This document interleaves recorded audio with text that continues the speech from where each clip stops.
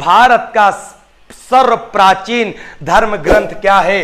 सर्व प्राचीन धर्म ग्रंथ है जिसका नाम है क्या? वेद। और वेद के रचयिता किसे माना जाता है? तो वेद के रचयिता, पहला ही प्रश्न बनता है, सबसे प्राचीन धर्म ग्रंथ में क्या आता है? वेद। और वेद के रचयिता किसे माना जाता है? महर्षि कृष्ण, महर्षि कृष्ण द्वैपायन वेद व्यास, महर्षि कृष्ण द्वैपायन वेद व्यास, इनको माना जाता वेद का क्या? वेद का रचयिता। और इन्होंने वेदों को रचा। तो वेद इन्होंने कितने बताए? तो इन्होंने वेद बताए कितने? 4 वेद बताए। कितने बताए? 4 वेद। पहला वेद इन्होंने बताया ऋग्वेद। कौन सा बताया? ऋग्वेद। फिर दूसरा बताया इन्होंने यजुर्वेद। कौन सा बताया? यजुर्वेद। यजुर्वेद के बाद जो तीसरा बताया इन्होंने वो कौन सा बताया? वो बताया सामवेद। सामवेद के बाद जो चौथा वेद इन्होंने बताया उसका नाम रखा इन्होंने अथर्ववेद। क्या रखा?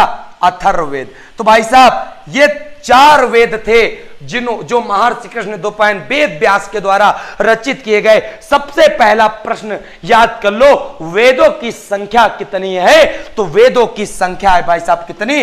तो वेदों की संख्या है 4। और कौन कौन से वेद हैं? तो वेद याद कर लो, ऋग्वेद, यजुर्वेद, सामवेद, अथर्ववेद। पूरा एक सिस्टमेटिक वे में पढ़ाऊंगा।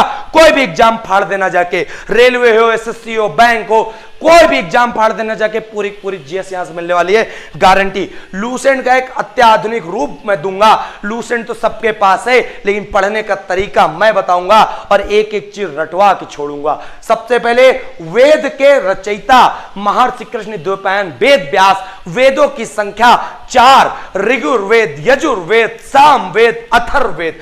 याद रखिएगा सबसे प्राचीन वेद कौन सा है?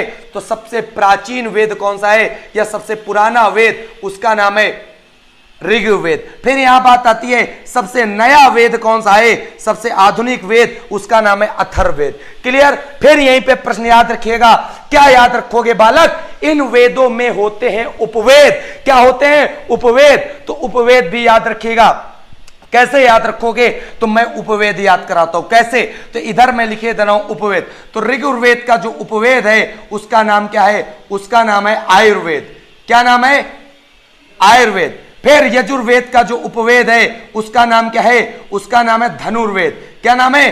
धनुर्वेद। फिर सामवेद का जो उपवेद है उसका नाम क्या है? उसका नाम है गंधर्ववेद। क्या नाम है? गंधर्ववेद। फिर बात आती है अथर्ववेद। अथर्ववेद का जो उपवेद है उसका नाम क्या है? उसका नाम है शिल्पवेद। भाई साहब 4 वेद याद कराए और चारों वेदों के उपवेद याद करा दिए। ऋग्वेद का आयुर्वेद, यजुर्वेद का धनुर्वेद, सामवेद का गंधर्ववेद, अथर्ववेद का शिल्पवेद। एक एक पहले यूनिट खत्म कराऊंगा, फिर टेस्ट भी लूंगा, मजा आ जाएगा। बिल्कुल डेली क्लास लूंगा। मीनू जी, शिवराज, आप लोगों का साथ रहेगा, प्यार रहेगा। एसएससी जीडी भी प्रिपरेशन होगी, सबकी प्रिपरेशन होगी। बिल्कुल बिल्कुल भाई साहब मजा आ जाएगा। बहुत बढ़िया। हाँ समझ में आ रहा ना? अरे भैया मजा तो आना है तुमको जबरदस्त तरीके से। क्या बात है? बिल्कुल बिल्कुल, क्या बात है। चलिए बहुत बढ़िया, बहुत बढ़िया। हाँ देखो एक बालक का कमेंट आ गया देव देसवाल का, वेदों के रचयिता लोमहर्ष उग्र सर्वा, ये कह रहे हैं। भाई साहब एक बार फिर से देखो जाके, वेदों के रचयिता वेद व्यास है कि लोमहर्ष है? याद रखिएगा लोमहर्ष बेटा पुराणों के माने जाते हैं। ठीक है चलो बहुत बढ़िया। निहाल पांडे जबरदस्त जबरदस्त होना। ये तुमको शेयर करना भाई साहब, आग लगानी है। एक एक प्रश्न रटवाऊंगा, याद कर लेना। वेद अब बात करते हैं। इतनी बात समझ में आई कि नहीं आई? 4 वेद, 4 उपवेद। ऋग्वेद का आयुर्वेद, यजुर्वेद का धनुर्वेद, सामवेद का गंधर्ववेद, अथर्ववेद का शिल्पवेद। सबसे पुराना, सबसे नया। कोई डाउट? No doubt. आगे बेटा सबसे पहले बात करते हैं ऋग्वेद की। फिर इसको ऊपर सरका दिया। नहीं ऊपर नहीं सरकाएंगे, इसको करेंगे छोटा। क्या करेंगे? छोटा। तो इससे आराम से यहां साइड में मैं लगा दिया। अब भाई साहब सबसे पहले हम वेद यहां पे लिखते हैं। क्या? सबसे पहले वेद लिखते हैं हम लोग ऋग्वेद के बारे में जानते हैं, ऋग्वेद के बारे में। तो सबसे पहला प्रश्न आता है सबसे प्राचीन वेद कौन सा? तो सबसे प्राचीन वेद ऋग्वेद। क्लियर? फिर कितने मंडल हैं? मंडल याद कर लो, 10 मंडल। कितने? 10 मंडल। कितने श्लोक हैं? 1028 सूक्त, और सूक्त को ही कहते हैं क्या, श्लोक, और 10,462 ऋचाएं, और ऋचाएं को बोलते हैं क्या, रचनाएं। ठीक, 10 मंडल, 1028 श्लोक या सूक्त और 10,462 ऋचाएं, मतलब रचनाएं। याद रखिएगा ऋग्वेद में है। अभी इनको भी प्रश्न बताऊंगा, एक एक प्रश्न। क्या प्रश्न बनेगा, तो पहला प्रश्न समझो, इनकी रचनाओं को पढ़ने वाले को क्या बोलते थे। इनकी जो रचनाएं होती हैं, इनके पढ़ने वाले को क्या कहते हैं, तो इनको पढ़ने वाले को कहते हैं होत्र। क्या कहते हैं, होत्र। याद करते चलना, एक एक रचना है। 10 मंडल में कौन कौन से मंडल प्रमुख है तुम्हारे, तो भाई साहब हम बताते हैं कौन कौन से प्रमुख हैं। बहुत बढ़िया कमेंट आ रहा, क्या बात है, शेयर कर रहे हो। अरे भाई साहब दिल खुश कर दोगे आज तो तुम हमारा, क्या बात है। चलिए सबसे पहला 10 मंडल में एक मंडल याद कर लो, तीसरा मंडल। कौन सा याद करोगे, तीसरा।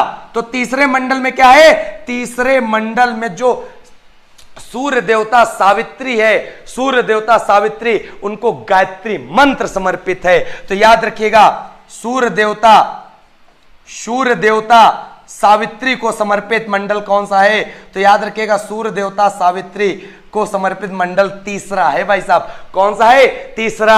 अब यही प्रश्न आ जाए कि गायत्री मंत्र ओम भूर्भुवस्सुवः तत्सवितुर्वरेण्यं भर्गो देवस्य धीमहि धियो यो न प्रचोदयात्। ये भाई साहब जो गायत्री मंत्र है, और इस मंत्र के उच्चारण से पूरे मन की शुद्धि होती है, आत्मविश्वास बढ़ता है, जोश बढ़ता है। ये हिंदू धर्म की मान्यता है। तो याद रखिएगा गायत्री मंत्र का उल्लेख किस वेद में, तो गायत्री मंत्र का उल्लेख है भाई साहब किस वेद में, तो याद कर लो ऋग्वेद में। कौन से वेद में, ऋग्वेद में। एक एक प्रश्न तुमको समझना है, ठीक है। फिर यहीं पे आपको याद क्या करना है, याद कर लेना 9वें मंडल में क्या है, तो 9वें मंडल में है सोम देवता का उल्लेख। किसका उल्लेख है, सोम देवता का। भाई साहब 10 मंडल, 1028 श्लोक, मतलब सूक्त। सूक्त को हम लोग क्या कहते हैं, सूक्त को ही बोलते हैं श्लोक। और ऋचाओं को क्या कहते हैं, ऋचाओं को ही कहते हैं रचनाएं। और इनकी रचनाओं को पढ़ने वाले क्या कहते हैं, होत्र कहते हैं। बिल्कुल मजा आ रहा ना, क्या बात है भाई साहब, जबरदस्त अंदाज में बैटिंग हो रही है आज तो, ठीक है। और इन्हीं मंडल में तीसरा मंडल सूर्य देवता सावित्री को समर्पित, 9वां मंडल सोम देवता को समर्पित, और याद कर लेना 8वां मंडल किसको, तो हाथ से लिखित हुई रचनाएं होती हैं, तो उन रचनाओं को क्या कहते हैं, तो याद रखिएगा हस्तलिखित रचनाएं। हस्तलिखित रचनाएं, तो हस्तलिखित जो ऋचाएं हैं या रचनाएं हैं वो किस मंडल में है, 8वें में। और हाथ से लिखी हुई रचनाओं को क्या कहते हैं, तो याद रखिएगा हाथ से लिखी हुई रचनाओं को कहते हैं क्या, खिल। क्या कहते हैं, खिल खिला खिल। क्लियर। तो भाई साहब तीसरा भी याद हो गया, 9वां भी याद हो गया, और 8वां भी याद हो गया। और याद कर लो 10वां मंडल में क्या है, 10वां मंडल में है क्या पता है आपको, जो वर्ण व्यवस्था के बारे में बात करते हैं, जिसको हम लोग क्या कहते हैं, एक प्रकार से वर्णित सूक्त व्यवस्था। क्लियर है। पुरुष सूक्त की बात करते हैं, तो पुरुष सूक्त की बात किसमें है, तो याद रखिएगा पुरुष सूक्त की बात है 10वें मंडल में। और पुरुष सूक्त का मतलब इसमें कितने प्रकार के बताए गए, 4, ब्राह्मण क्षत्रिय वैश्य शूद्र। क्या बताए गए, ब्राह्मण पुरुष सूत्र जो बताए गए, सूक्त मतलब जो बटे हुए हैं जात, एक प्रकार से उनके कर्म के अनुसार बांटा गया था इस व्यवस्था में, पुरुष सूक्त में जो 10वें मंडल में। ऋग्वेद में जो 10वां मंडल है वो एक प्रकार से जातियों का बंटवारा है, और यह वर्ण व्यवस्था का बंटवारा है किस आधार पे, कर्म के आधार पे। तो याद रखिएगा जो पुरुष सूक्त है वो कितने वर्गों में, ब्राह्मण क्षत्रिय वैश्य और शूद्र। तो ये हो गया पुरुष सूक्त। क्लियर है। चलो बहुत बढ़िया, मजा आ रहा ना। चलो तो भाई साहब पूरा का पूरा ये ऋग्वेद हमने आपको जबरदस्त तरीके से क्या कर दिया, बता दिया। क्लियर है। गजब, क्या बात है। शिव पूजन निषाद गुड 100% सही, क्या बात है भाई साहब। फिर देखो एक प्रश्न आता है ऋग्वेद में इंद्र के लिए कितने रचनाएं की गई हैं या मंत्र की रचनाएं की गई हैं, तो याद रखिएगा इंद्र के लिए 250 और इंद्र से छोटे देवता जिनका नाम है अग्नि। क्या नाम है? अग्नि। और अग्नि के लिए कितनी ऋचाएं? तो याद रखिएगा 200। इंद्र के लिए 250 और अग्नि के लिए 200। एक एक प्रश्न बताएंगे जबरदस्त तरीके से। मजा आ रहा ना? चलिए 7 बजे से लगेगी, 7 बजे से क्लास डेली लगेगी। तो ऋग्वेद के बारे में उम्मीद करते मजा आ गया होगा। सबसे पुराना वेद ऋग्वेद, गायत्री मंत्र ऋग्वेद में कितने मंडल? 10 मंडल। कितने श्लोक? 1028 श्लोक या सूक्त। कितनी रचनाएं? 10,462 रचनाएं, मतलब ऋचाएं। और इन रचनाओं को पढ़ने वाले क्या कहते हैं? इन ऋचाओं के पढ़ने वाले कहते हैं होत्र भाई साहब। और मंडल में 4 मंडल प्रमुख हैं। कौन कौन से? तीसरा जो मंडल है ना, वो सूर्य देवता सावित्री को समर्पित है। और जो यहां पे 9वां मंडल है वो सोम देवता को समर्पित है। और यहां पे जो 8वां मंडल है वो हस्तलिखित रचनाएं, हाथ से लिखित रचनाओं के लिए, जिनको हम लोग खिलखिला खिल कहते हैं। ठीक है। और जो 10वां मंडल है वो पुरुष सूक्त के लिए, जिसमें ब्राह्मण क्षत्रिय वैश्य शूद्र के बारे में बताया गया है। और ऋग्वेद में इंद्र के लिए 250 मंत्र तथा अग्नि के लिए 200 मंत्रों के बारे में बताया गया है। चलिए बहुत बढ़िया। अच्छा अमृता जी कह रही हैं आपकी हैंड राइटिंग गजब है। थैंक यू बेटा। चलिए बहुत बहुत प्यार बेटा। फटाफट वीडियो को लाइक कर रहा हूं, वीडियो को शेयर करना बिल्कुल मत भूलिएगा। जबरदस्त अंदाज में पढ़ाऊंगा, ये मान लीजिएगा। ठीक है। पूरी लूसेंट रटवा के छोड़ूंगा और रटवा के मानूंगा। किसी को मैं बिना रटवाए नहीं छोड़ूंगा। चलो भाई साहब, तो उम्मीद करते ऋग्वेद के बारे में जानकारी सबको परफेक्ट मिल गई होगी और याद हो गया होगा। चलो ऋग्वेद